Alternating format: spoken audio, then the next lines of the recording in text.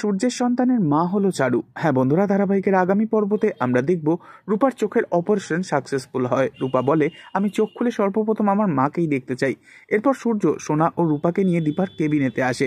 রূপা ভাবে আজ তার মাকে বলেই দেবে, আমি জয়ী নই, আমি হলাম তোমার সেই ছোট্ট রূপা।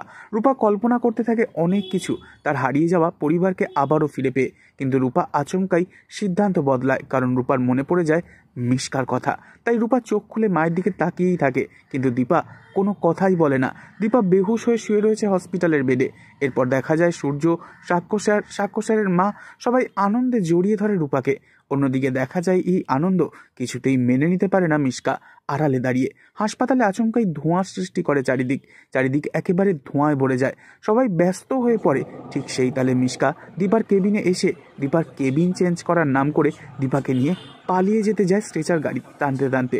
অন্যদিকে আবার দেখা যায় চারুর ক্রমশ শরীর খারাপ হতে থাকে। চারু মনে মনে বলতে থাকে, তবে কি আমার মধ্যেই এবার বড় হচ্ছে ডক্টর সূর্য সেনগুপ্তের সন্তান? আমি কি মা হতে চলেছি?